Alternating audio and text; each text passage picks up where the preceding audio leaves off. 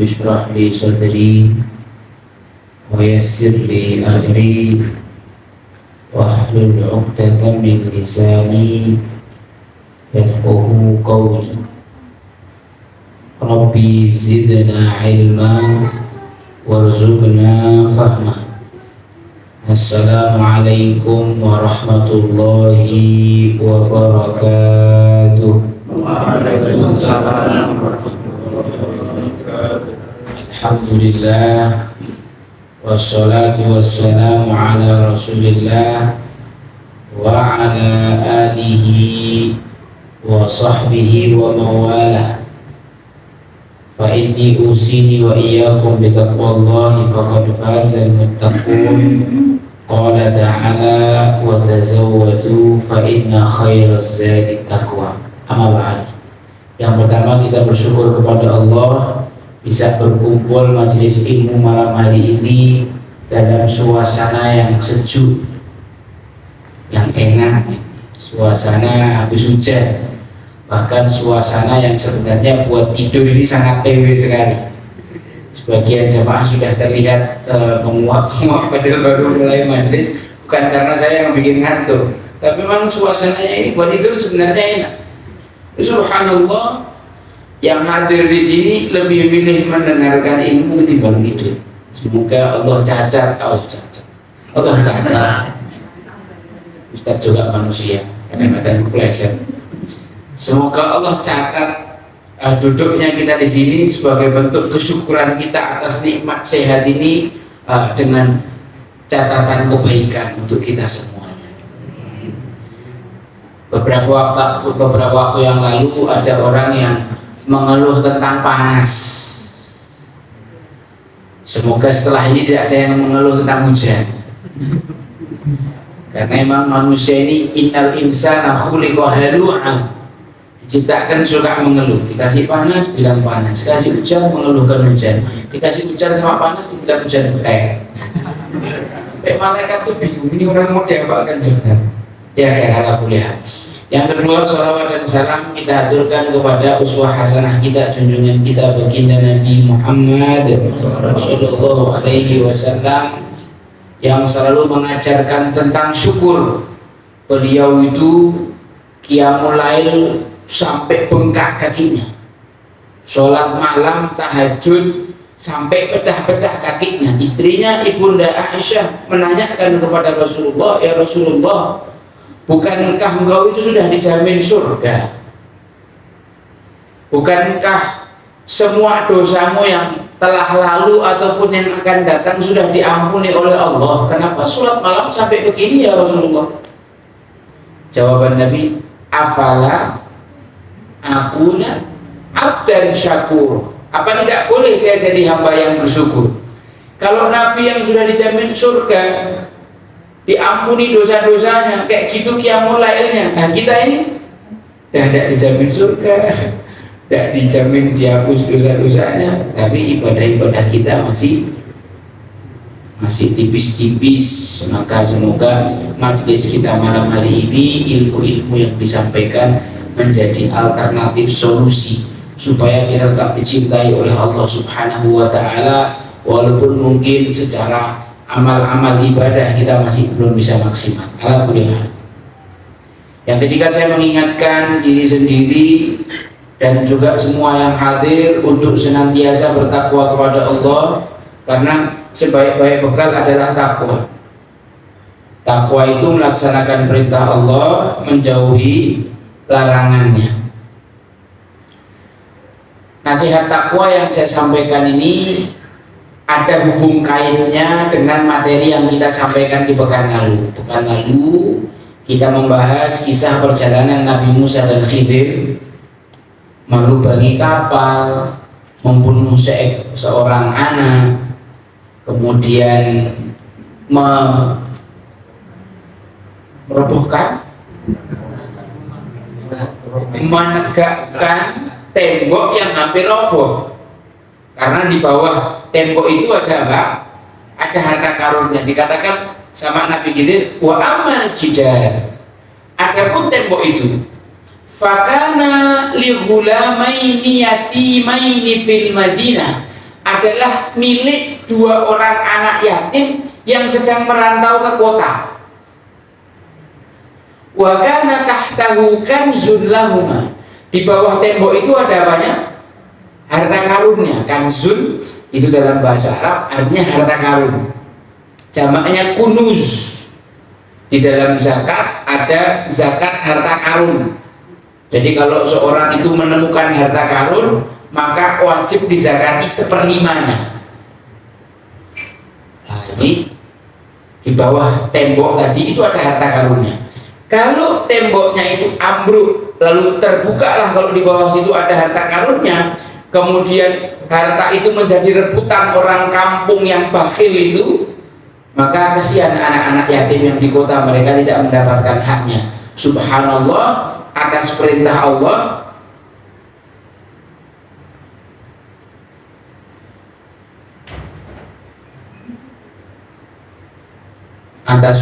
Allah ditegakkan temboknya itu supaya harta ini aman, tidak diambil sama orang-orang itu. Nanti kalau anak yatimnya sudah besar, hartanya bisa diambil. Fa'arada rabbuka, kata Nabi Khidir, maka Allah Tuhanmu menginginkan ayyabluga ashuddahuma, supaya anak yatim itu nanti masuk usia balik, sudah tahu cara mengelola uang, wa yastakhrija kanzahuma, maka Allah akan keluarkan harta itu sebagai hak milik kedua anak itu. Rahmatan min rabbik, itu adalah kasih sayang Allah. Wa ma fa'altuhu an amri, aku mengerjakan ini bukan karena keinginanku sendiri wahai Musa. Semua yang kulakukan, melubangi kapal, membunuh anak, menegakkan tembok yang hampir ambruk, itu adalah rahmatan min rabbik, kasih sayang dari Allah Subhanahu wa ta'ala.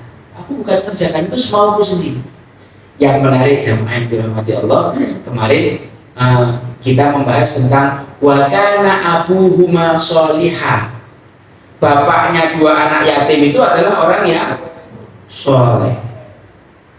Para ulama tafsir mengatakan yang dimaksud bapak itu bukan bapak kandung,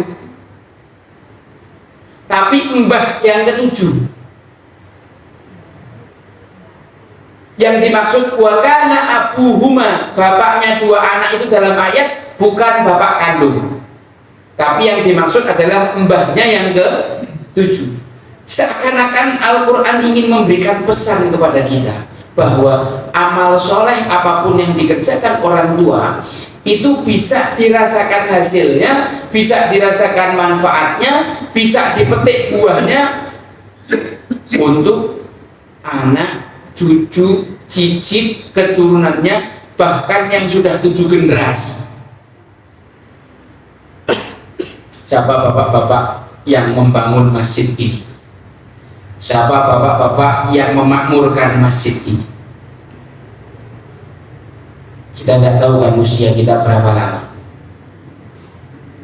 dan kita tidak tahu apakah masjid ini hanya akan terus seperti ini saja, atau Allah Subhanahu wa ta'ala akan berikan pertolongannya berdasarkan keikhlasan itu. Masjid ini nanti menjadi masjid yang makmur, bangunannya bagus, kemudian orang-orang berdatangan datang ke sini untuk menuntut ilmu. Kita tidak ngerti nanti sampai ke beberapa generasi selanjutnya, kebaikan yang ditanam oleh orang tua nanti akan dirasakan manfaatnya sama anak-anak cucu keturunan. Di sini di dalam kitab Al-Jawahir Al-Lu'lu'iyah fi Syarhil Arba'in An-Nawawiyah, ketika membahas masalah takwa, ada hadis ketika itu Nabi Muhammad sedang menggoncengkan salah seorang sahabat yang masih muda, namanya Abdullah bin Abbas. Kondisi goncengan itu merupakan salah satu kondisi yang efektif untuk memberi nasihat. Jadi bapak ketika jemput anak, antar jemput anak, sedang boncengan di motor atau mobil, itu adalah momen yang paling efektif untuk memberi nasihat. Begitu juga pasangan suami istri, kakek ke cucu dan seterusnya. Nah, Nabi Muhammad SAW waktu itu usianya sekitar 60 tahun sudah. Yang digoncengkan Sayyidina Abdullah bin Abbas usianya baru 10 tahun. Nabi bersabda, ya gulam, wahai anak, inni u'allimuka kalimat. Aku ingin mengajari kamu beberapa kalimat. Aku ingin mengajari kamu beberapa kalimat. Aku ingin memahamkan kepadamu nak beberapa kalimat. Apa itu ya Rasulullah kalimatnya? Ihfadillah yahfadka. Jagalah Allah, maka Allah akan menjaga kamu. Kita nanya nih jamaah, gimana cara kita jaga Allah? Kita bawa pedang, bawa tameng itu menjaga Allah, atau kita bikinkan benteng, apa kita bayarkan security supaya Allah dijaga? Gimana maksudnya menjaga Allah nih? Kita bayar siapa apa gimana? Halo jamaah, oh jamaah, apa maksudnya menjaga Allah? Di sini disebutkan maksudnya menjaga Allah, ai ra'in awamirahu wa hafadha 'alaiha wa la taghfal 'anha wa amsik an nawahihi wa la tartakibha fa innaka idza fa'alta dzalika yahfadka. Yang dimaksud kita itu menjaga Allah yang pertama adalah ra'in awamirahu. Kita menjaga perintah-perintah Allah. Apapun yang diperintahkan Allah kepada kita, hafidh 'alaiha, kita jaga. Kita perhatikan. Disuruh sholat, suruh berbakti kepada orang tua, berbakti pada orang tua, suruh sedekah, sedekah. Apapun yang diperintahkan Allah, kita tahu itu perintah Allah, lalu kita laksanakan semaksimal mungkin, itu namanya menjaga Allah. Nggih. Dan jangan lalai terhadap perintah Allah. Ini namanya menjaga Allah. Jauhi semua yang dilarang oleh Allah, itu namanya menjaga Allah. Memang kalau kita menjaga Allah, kita dapat apa? Yahfadka, Allah akan menjagamu. Sebentar, sebelum saya sampaikan kata menjagamu, di antara perintah Allah kepada kita selain sholat adalah perintah menuntut ilmu.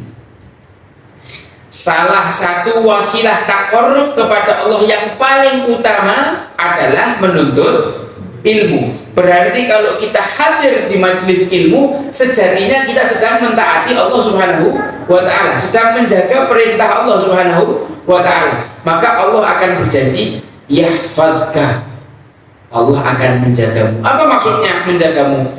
Biri ayatihi iyyaka fi nafsika wa waladika wa ahlika wa dunyaka wa dinik.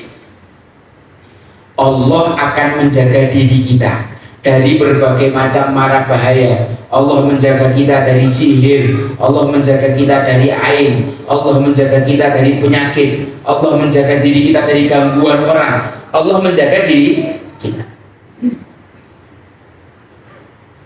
Ada seorang ulama usianya 160 tahun, namanya Abu Thayyib, Imam Abu Thayyib. Usianya berapa?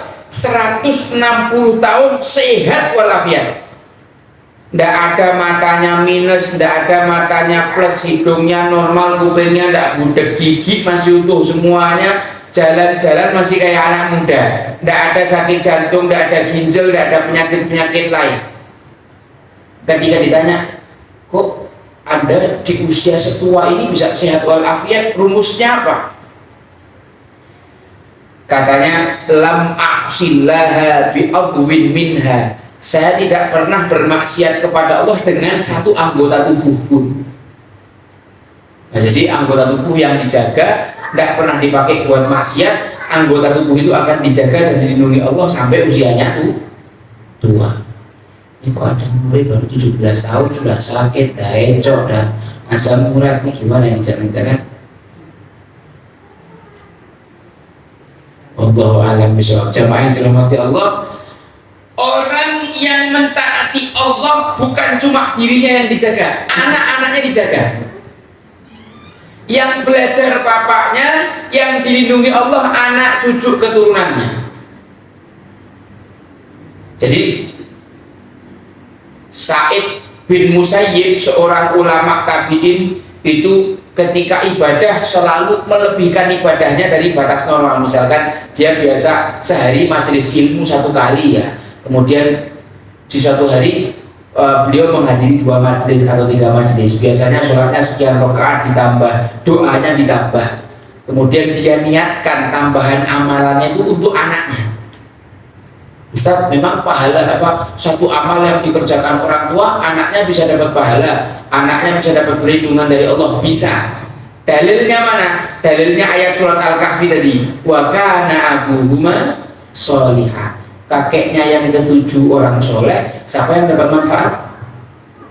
Cucu cicitnya. Dengan apa? Dijaga hartanya supaya tidak diambil sama orang lain. Kita tidak ngerti Pak, malam ini kita hadir di majelis ini dengan niat yang baik dan benar supaya Allah menjaga kita. Ternyata kalau Allah ridho sama apa yang kita lakukan malam ini, Allah jaga anak cucu keturunan kita dengan kebaikan yang kita lakukan pada malam hari ini. Maka luar biasa sekali pahala dan balasan dari kebaikan yang Allah Subhanahu wa Ta'ala berikan kepada kita. Maka jangan disia-siakan. Bukan cuma anak-anak kita yang dijaga, wa ahlika, keluargamu, pasanganmu, keluarga besarmu, keluarga bapakmu, keluarga ibumu dijaga. Wa duniaka, duniamu dijaga. Tadi hartanya anak itu tidak dicuri. Wa dinika, dan agama. Gimana Ustaz maksudnya dijaga agamanya itu? Allah mempertahankan iman di dalam hati sampai kita mati dalam keadaan membawa iman. Karena mohon maaf ya, banyak orang-orang yang ya beberapa masa kecilnya sampai tua dihabiskan untuk belajar, dia menjadi seorang yang punya kedudukan tinggi di masyarakat, tapi matinya su'ul khotimah. Ini tandanya dia tidak dijaga sama Allah Subhanahu wa Ta'ala. Tapi orang yang dijaga sampai meninggal dunia pun akan dijaga sama Allah. Ini yang menulis kitab ini Manhajus Sawi Syarh Usul Thariqah Lisadah Al-Ba'alwi, Habib Zain bin Ibrahim bin Smith. Beliau usianya 97 tahun sudah lebih, tinggalnya di kota Madinah. Sampai hari ini beliau pulang pergi dari rumah ke Masjid Nabawi tidak pakai tongkat, masih kayak orang sehat. Abuya Sayyid Muhammad bin Alwi Al-Maliki yang tinggalnya di kota Makkah. Beliau adalah seorang alim ulama yang luar biasa. Ketika meninggal dunia, kemudian dimakamkan di makam Ma'la namanya. Di Mekah ada kuburan namanya Ma'la. Di situ makamnya Sayyidah Khadijah, makamnya Sayyidina Qasim, anaknya Rasulullah. Dan di situ juga ada makamnya Sayyidina Abuya Sayyid Muhammad bin Alwi Al-Maliki. Orang yang dikuburkan di Ma'la itu nanti setiap sekian bulan kuburannya dibongkar. Kalau jasadnya busuk dipindah. Tapi kalau jasadnya masih utuh dibiarkan tetap ada di kuburan itu. Ketika bongkar kuburannya Abu Sayyid Muhammad bin Alwi Al-Maliki, jasadnya masih utuh, mengeluarkan aroma yang sangat wangi luar biasa. Allah Subhanahu wa Ta'ala jaga orang itu sepanjang hidup sampai mati, bahkan masuk kuburan pun tetap dijaga. Maka luar biasa sekali balasan bagi orang-orang yang menjaga perintah Allah. Salah satu perintah Allah yang mesti kita jaga adalah perintah menuntut ilmu. Kita sudah mengambil pelajaran bahwa Nabi Musa di usia setua itu dengan ilmu yang sudah sebanyak itu tetap melakukan perjalanan safar untuk menuntut ilmu. Maka di sini Habib Zain bin Ibrahim bin Smith memberikan beberapa keterangan, menyampaikan beberapa kisah yang kalau kita baca keterangan dan kisah ini kita jadi malu terhadap diri kita sendiri. Kok kita ini belajarnya belum sungguh-sungguh. Siapa orang yang paling malu? Ini yang ngomong di mic ini. Ketika membaca ini malunya luar biasa. Dikatakan Imam Al-Ghazali di dalam kitab Ihya-nya mengatakan lam yuhassilil ilma illa bisafari wa safara li ajri. Seorang itu tidak akan mendapatkan ilmu yang luar biasa kecuali dia itu safar, merantau, pergi jauh, perjalanan jauh untuk menuntut ilmu. Lalu diceritakan kisah-kisahnya para salaf dalam menuntut ilmu. Qala Sya'bi rahimahullah, Imam Asy-Sya'bi seorang ulama tabi'in ya. Imam Asy-Sya'bi ini namanya Abu Amru Amir bin Surahbil Al-Hamadani Al-Kufi. Abu Amru Amir bin Surahbil Al-Hamadani Al-Kufi. Beliau seorang ulama tabi'in terkenal dengan nama Asy-Sya'bi. Beliau mengatakan begini, "Lau safara rajulun minasyami ila aqsal Yaman fi kalimatin tadulluhu 'alal huda aw tarudduhu 'alal rada, maka nasafaruhu dha'i'an." Yang artinya, seandainya ada seseorang yang melakukan perjalanan safar dari Yaman. Yaman itu mana Pak? Di peta. Saudi ke selatan mentok sebelum laut, nah itu Yaman. Dari Yaman naik ke utara sampai Syam, Palestina, Suriah, itu Syam. Kalau ada orang melakukan ya kurang lebih perjalanan 2000 sampai 2500 kilo. Pernah Pak ngalami perjalanan sekian panjangnya? Pernah Ustadz, 8000 kilo aja pernah. Naik pesawat dari Indonesia ke Mekah ya. Ada orang melakukan perjalanan 2500 kilo jalan kaki untuk mendengarkan satu kalimat yang bermanfaat untuk dia, yang menunjukkan kepada hidayah, yang menjauhkan dia daripada bahaya kesesatan. Maka sungguh safarnya tapi tidak sia-sia sama sekali. Saya ulangi, kalau ada orang safar jauh 2000 kilo jalan kaki hanya untuk mendengarkan satu kalimat yang bermanfaat, membuat dia semakin dekat pada hidayah, semakin jauh dari kesesatan, maka safarnya itu tidak sia-sia sama sekali. Apalagi safarnya cuma dekat 5 menit dari rumah. Ini bukan safar, ini gelundung namanya. Tidak perlu sejauh itu, tidak perlu secapek itu. Yang kita dengar bukan satu kalimat, 1 jam ceramah. Yang mana yang kita dengar ini semakin mendekatkan kita kepada hidayah, insya Allah safarnya tidak sia-sia sama sekali. Saya sering mengalami safar dari Jogja kemana. Saya pernah ke Boyolali 30 kali, bolak-balik Jogja, Boyolali, Jogja, Boyolali 30 kali. Mau ketemu sama seorang ustadz, tidak pernah ketemu, udah 30 kali. Sekali yang ketemu, diajak ngobrol cuma 5 menit, habis itu suruh pulang. Waktu itu saya berpikir, wah, ya rugi ya waktunya, ya rugi jarak, ya rugi. Tapi sejak saya tahu kalimat-kalimat ini, maka sejak saat itu saya sudah tidak pernah merasa khawatir lagi. Mau pergi seberapa jauh, mau keluar seberapa banyak duit, kita bisa ketemu sama seorang ulama, walaupun cuma dengar satu patah kata dari beliau, maka safar kita itu tidak sia-sia sama sekali. Nah, ini ada kisah tentang seorang sahabat, namanya sahabat Jabir bin Abdillah. Nama sahabatnya siapa Bapak Ibu? Jabir bin Abdillah. Jabir bin Abdillah ini termasuk sahabat yang al-mukaththiruna fi riwayatil hadis, sahabat yang paling banyak meriwayatkan hadis.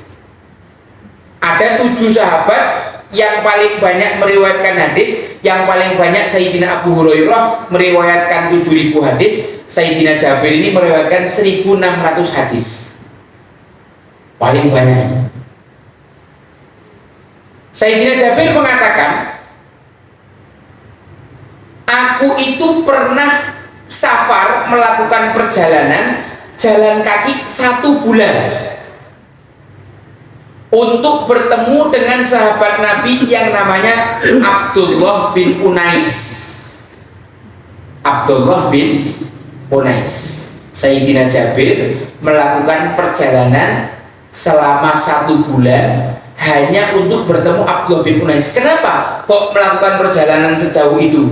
Apa tujuannya? Karena Sayyidina Jabir mendengar informasi Abdullah bin Unais ini mendengarkan hadis langsung dari Nabi Muhammad SAW tentang kisos yang dia belum dengar. Maka kata Sayyidina Jabir, fashtaraitu ba'iron. Setelah dapat informasi itu, saya langsung membeli seekor unta. Kalau sekarang itu diibaratkan azam, langsung beli motor Aerox. Tapi kan kalau unta kan harganya 70 juta ya. Ya kalau sekarang ya apa Forza lah, Forza, Honda Forza. Dia beli unta, kemudian dipersiapkan perbekalannya. Kira-kira orang kalau jalan kaki 1 bulan itu perbekalannya sedikit atau banyak? Banyak, dipersiapkan banyak perbekalan. Duit bawa sekian banyak. Fasirtu ilaihi syahron. Kemudian saya berjalan kaki 1 bulan sampai aku tiba di negeri Syam. Setelah sampai di negeri Syam, dicari mana rumahnya Abdullah bin Unais yang mana. Cari sampai ketemu. Kalau zaman dulu kan belum ada Google Map, belum ada GPS macamnya, jadi masih manual. GPS itu maksudnya gunakan penduduk setempat, tanya-tanya. Pak, rumahnya Abdullah bin Unais mana? Oh sana lagi. Abdullah bin Unais sana. Sampai ketemu rumahnya Abdullah bin Unais. Ternyata rumahnya Sayyidina Abdullah bin Unais ini besar. Di depan rumahnya itu ada pos satpamnya. Kalau dalam bahasa Arab, penjaga pintu atau satpam itu disebut dengan al-bawwab, penjaga pintu. Maka Jabir bin Abdillah mengatakan kepada si penjaga pintu itu, sampaikan kepada Abdullah bin Unais, Jabir fil bab. Jabir sudah sampai di depan pintu. Satpamnya nanya, maksudnya kamu Jabir bin Abdillah? Katanya iya. Jadi zaman dulu itu Pak, banyak orang yang viral, terkenal karena alim, tapi orang itu cuma tahu namanya, tidak tahu fotonya. Nah, karena zaman dulu informasi menyebar itu kan cuma pakai syair aja. Oh, ini ada seorang alim luar biasa, periwayat hadis terbanyak, namanya Jabir bin Abdillah. Orang cuma tahu namanya aja, tapi tidak pernah melihat fotonya. Kalau sekarang kan gampang tuh, kita mau share fotonya Abu Ubaidah, wah sudah, wah langsung viral. Kita bisa melihat walaupun cuma matanya toh. Ala kulli hal, ini sampai satpam aja kenal Jabir bin Abdillah. Saya bayangkan zaman dulu pendidikan satpamnya kayak mana. Jadi ulama-ulama zaman dulu tuh sampai satpamnya tuh loh kenal orang-orang alim. Sekarang mohon maaf Bapak Ibu sekalian dirahmati Allah. Para ulama zaman dulu, pembantunya jadi alim, budaknya jadi ulama, istrinya jadi syekh, anaknya pun juga begitu. Pendidikannya luar biasa. Tetangganya juga jadi ikut alim gara-gara tetangganya alim.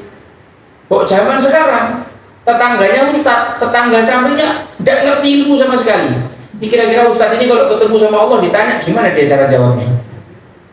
Ustadz, ente punya tetangga kok tetap tidak ngerti ilmu, gimana ente dakwahnya?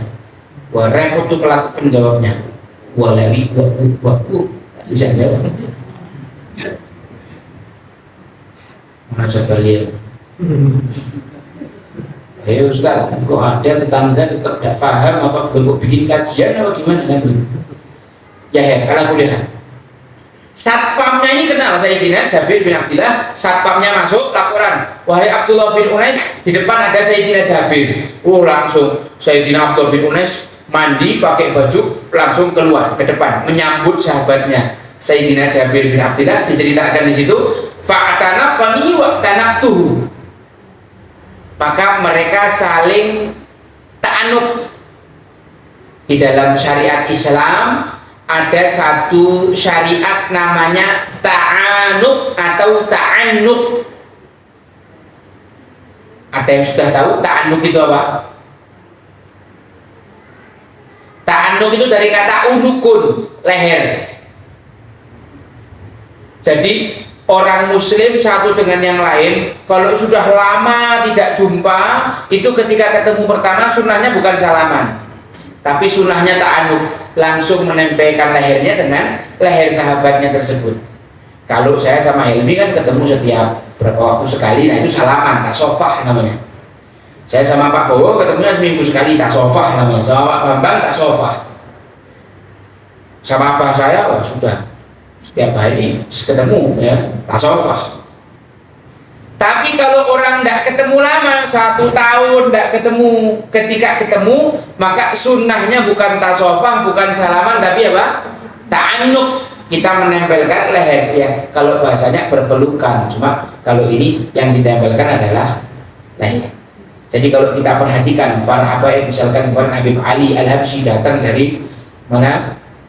Datang dari Seoul ke Indonesia. Ketika ketemu sama habaib-habaib yang ada di Indonesia, bukan salaman, yang saya lihat bukan salaman, langsung rangkulan. Baru setelah rangkulan salaman. Fa'tanaqani wa'tanaqtu. Oke, jamaah yang dirahmati Allah, ini poin ini tolong dicermati baik-baik.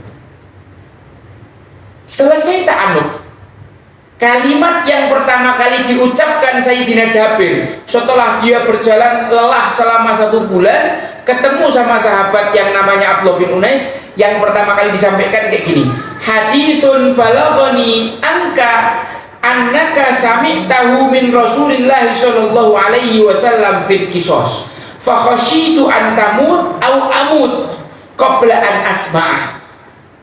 Jadi ketika sampai dalam keadaan capek, yang ditembung bukan kamar mandi, bukan kamar, bukan kolam renang, bukan istirahat dulu, bukan makan dulu, langsung to the point disampaikan, ada 1 hadis tentang kisos yang kau dengarkan langsung dari Rasulullah Shallallahu Alaihi Wasallam. Aku ingin kau sampaikan hadis itu padaku sebelum kau mati, atau aku mati duluan tanpa mendengarkan hadis itu. Bayangkan Bapak Ibu sekalian, jalan 1 bulan, secapek itu, pertama kali ketemu langsung yang ditagih hadisnya mana, saya ingin dengar. Aku khawatir nanti kau mati atau aku mati duluan sebelum sempat mendengarkan hadis itu. Nah, kalau kita kan normalnya ya aku tak istirahat sih, tak leren sih, tak mandi-mandi sih, apa makan dulu. Besok pagi kan kita bisa kan. Tapi kita lihat ini semangat luar biasa daripada Sayyidina Jabir bin Abdillah untuk mendengarkan 1 hadis Nabi, segitu semangatnya. Ini coba kita duduk di majelis setiap hari Senin malam ini, berapa hadis dibacakan sudah? Kok kita tidak semangat mendengarkan hadis Nabi? Kok ada orang ketika hadis Nabi dibacakan hatinya malah gatel? Ini kan dalam tanda kutip, ada masalah apa dengan dia? Orang-orang terdahulu berlomba-lomba untuk mendengarkan hadis Nabi. Ini masjid sini dibacakan hadis setiap apa Ustaz Bala?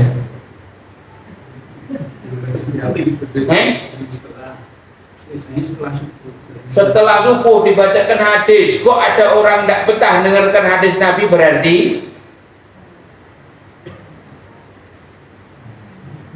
sesuatunya. Kemudian,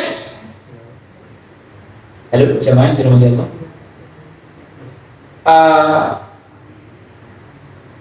Sayyidina Abdullah bin Unais itu memahami dengan baik karakter sahabatnya ini.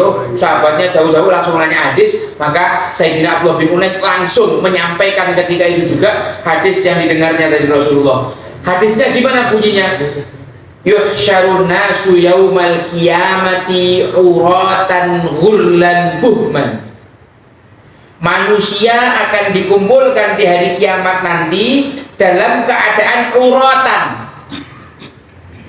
udo blejet, telanjang bulat. Ghurlan, apa itu ghurlan? Ghairu maktul, belum disunat. Dalam keadaan kita dibangkitkan dalam keadaan telanjang dan belum disunat. Buhman, kata Nabi, uratan ghurlan buhman. Para sahabat langsung menanyakan kepada Rasulullah, wa ma buhman ya Rasulullah? Kalau telanjang kami paham, kalau ghurlan kami paham. Lah buhman ini apa ya Rasulullah? Apa pelajaran yang bisa kita ambil dari poin ini? Para sahabat itu kalau Rasulullah menjelaskan sesuatu, ada satu istilah atau ada satu ibarah yang mereka tidak paham, mereka langsung minta izin dan tanya, ya Rasulullah, buhman itu apa? Jadi termasuk dalam adab menuntut ilmu, ketika ada seorang murid tidak paham istilah yang disampaikan gurunya, dia boleh interupsi, Ustadz mohon maaf mau tanya, tadi Ustadz menyebutkan istilah buhman itu artinya apa? Ini boleh. Tapi kalau ada Ustadz nerangkan ini, terus tiba-tiba tanya, Ustadz syarat tayamum apa? Ini tidak pantas, tidak pas berarti. Adabnya tidak bagus. Nanya sesuatu yang di luar topik. Tapi kalau memperjelas apa yang belum jelas dalam penjelasan, tidak ada masalah. Para sahabat juga begitu, nanya sama Rasulullah, wa ma buhman ya Rasulullah. Nah, Nabi menjawab, buhman itu laisa ma'ahum syai'. Apa itu? Mereka tidak punya apa-apa. Oh gitu. Nah kemudian ketika mereka sudah dibangkitkan dalam keadaan seperti itu, dilanjutkan lagi hadisnya Nabi, summa yunadihim bisautin yasma'uhu man qarba wa yasma'uhu man ba'ud. Tiba-tiba terdengar sebuah suara itu sangat jelas sekali, yang paling dekat dan yang paling jauh mendengarkan suara yang sama. Nah, kalau kita pakai mic ini kan yang dengar cuma dalam masjid aja nih. Tetangga 2-3 rumah sebelah masih dengar enggak suara dalam ini? Kan enggak. Tapi sound system nanti di yaumil mahsyar itu, ketika Allah Subhanahu wa taala berfirman, maka yang paling depan sampai yang paling belakang, jumlahnya triliunan manusia, itu semuanya bisa mendengarkan dengan suara yang sama jelas. Apa yang dikatakan Allah? Anal Malik, anat Tayyan, wala yanbaghi li ahadin min ahli nar ayyudkhilan nar walahu inda ahadin min ahli jannati haqqun hatta akussuhu minhu. Tidaklah seorang penduduk neraka masuk ke dalam neraka, sedangkan ada seorang penduduk surga yang memiliki hak dari dia, melainkan akan diberikan dulu haknya, akan dikisoskan dulu. Ini supaya gampang memahaminya, saya terangkan ada hadis yang lain. Nabi Muhammad pernah tanya sama para sahabat, kalian tahu tidak siapa orang yang bangkrut itu? Para sahabat bilang, ya Rasulullah, orang bangkrut itu yang punya usaha terus kolab, modalnya habis. Nah itu orang bangkrut. Kata Nabi Muhammad, bukan. Orang bangkrut bukan itu. Orang bangkrut adalah orang yang datang di hari kiamat membawa segunung pahala amal. Tiba-tiba ketika dia sudah mau masuk surga, di stop. Stop. Ya Allah, dulu dia pernah mendolimi saya, dia dulu pernah menyakiti saya, dia dulu pernah memfitnah saya, dia dulu pernah mengadu domba saya, ya Allah, dia dulu pernah menggibah saya. Maka orang-orang yang datang itu mengadukan kezaliman ini, dikasih amal solehnya, ini amal solehnya, amal solehnya, sampai gunung amal solehnya habis, masih datang lagi orang, ya Allah, dia dulu pernah nyikut saya, ya Allah, pernah nyotos saya, pernah nginjek kaki saya, pernah ngembesi motor saya, pernah mengambil hak saya pernah dulu gaji saya tidak dikasih, ya Allah, hak saya tidak dikasih sama dia dulu pernah curang dalam timbangan saya, ya Allah, dia dulu pernah korupsi duit saya, ya Allah, dia pernah nyuri duit saya, ya Allah. Walhasil dia sudah tidak punya kebaikan lagi. Apa solusinya? Dosa-dosanya orang yang lapor itu kasihkan ke dia sampai dia nggak jadi masuk surga, cemplungkan neraka dengan segunung dosa. Inilah orang paling bangkrut, kata Nabi. Nah, hadis ini juga begitu, sebenarnya ingin menerangkan poin yang sama. Orang mau sesoleh apapun, ahli surga mau masuk surga, dia tidak akan masuk sampai semua hak orang lain itu diberikan. Kalau seandainya ada penduduk neraka yang menuntut hak, ya Allah, dulu fulan ini pernah ngutang sama saya belum dibayar, maka dibayar dulu, baru orang itu bisa masuk surga. Nah kemudian para sahabat nanya, loh ya Rasulullah, Bukankah tadi orang itu dibangkitkan dalam keadaan telanjang, belum disunat dan tidak punya apa-apa? Lah, cara bayar utangnya gimana ya Rasulullah? Maka Nabi katakan, bil hasanati wassayyiat, dibayar dengan pahala dan dosa, dibalas dengan kebaikan dan keburukan. Jadi jemaah yang dirahmati Allah, kita bisa mengambil pelajaran bahwa urusan sama anak-anak Adam ini hal yang perlu kita perhatikan baik-baik. Jangan sampai kita berbuat zalim, karena nanti semua itu akan dimintai tanggung jawab di hadapan Allah Subhanahu wa Ta'ala. Bahkan sekecil kita menggibah orang pun nanti akan dimintai pertanggungjawaban. Ala kulli hal, dari hadis ini yang ingin saya zoom pada kesempatan malam hari ini adalah apa? Semangat sahabat Jabir bin Abdillah hanya untuk mendengarkan satu hadis Nabi. Segitu sungguh-sungguhnya. Mosok kita tidak seberat itu tapi tidak sungguh-sungguh mendengarkan hadis. Ini kan berarti satu pecut bagi kita. Jangan sampai kita bermalas-malasan dalam menuntut ilmu lagi. Masih ada kisah yang lain sampai adzan ini. Dikatakan juga oleh Imam Asy-Sya'bi ini tentang sahabat tentang seorang tabi'in. Ini murid kesayangan ibunda Aisyah, namanya Sayyidina Masruq. Tabi'in ini namanya Masruq. Masruq ini adalah salah satu murid kesayangan Sayyidatuna Aisyah radhiyallahu taala anha wa ardhaha. Dikatakan apa tentang Sayyidina Masruq? Rahala Masruqun ila Basratin fi tafsiri ayat. Sayyidina Masruq itu melakukan perjalanan safar dari kota Madinah, jalan kaki sampai kota Basrah di Irak, hanya untuk mendengarkan satu tafsir ayat. Hanya untuk mendengarkan satu tafsir ayat. Setelah dia perjalanan dari Madinah ke kota Basrah Irak, sampai sana ternyata ketika sampai di rumah orang yang mau ditanyai tentang tafsir ayat itu, ternyata orangnya sedang safar ke negeri Syam. Maka dia menyiapkan perbekalan, dia berangkat lagi dari Irak ke Syam untuk mengejar orang yang mau ditanya tentang tafsir ayat tadi. Irak sama Syam itu jauh banget, Pak.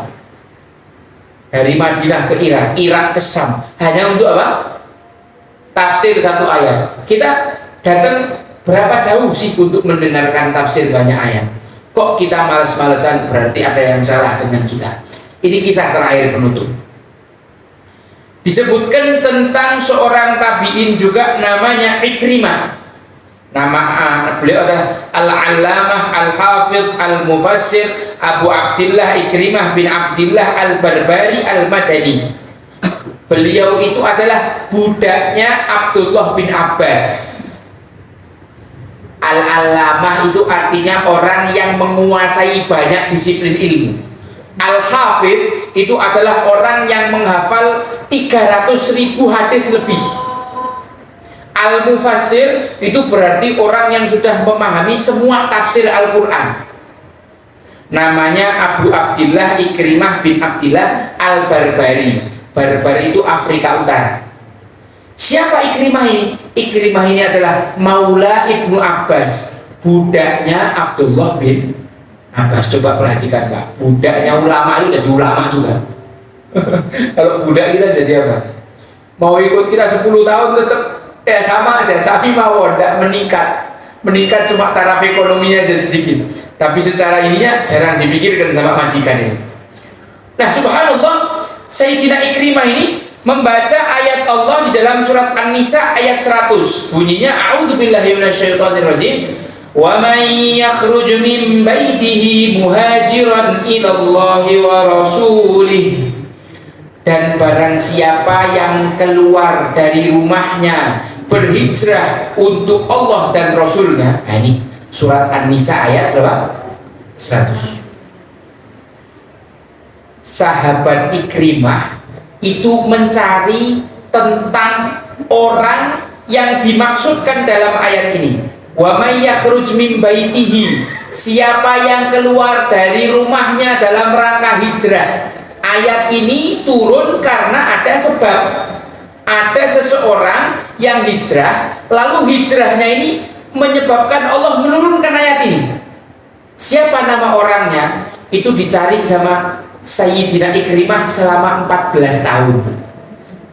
Selama 14 tahun beliau keliling ke sana kemari, setiap ketemu ulama ditanya, ini tafsir ayat wa may yakhruj min baitihi muhajiran ilallah wa rasuli, orang yang dimaksud ayat ini siapa sih? Itu dicari selama 14 tahun. Kalau kita baca buku tidak paham, langsung kita skip, kita lewati, kita tutup. Model-model kayak saya ini Pak, baca coba tuh maksudnya, ayo wis tutup gitu, daripada kesel mikir, lewati aja sudah. Setelah kita lewati sekian waktu udah lupa. Tapi subhanallah, para ulama itu sekedar untuk mencari nama orang dalam ayat itu 14 tahun. Saya punya guru namanya Ustadz Arif bin Fuad As-Sofi. Guru saya punya guru lagi namanya Habib Ahmad bin Muhammad Al-Makdi.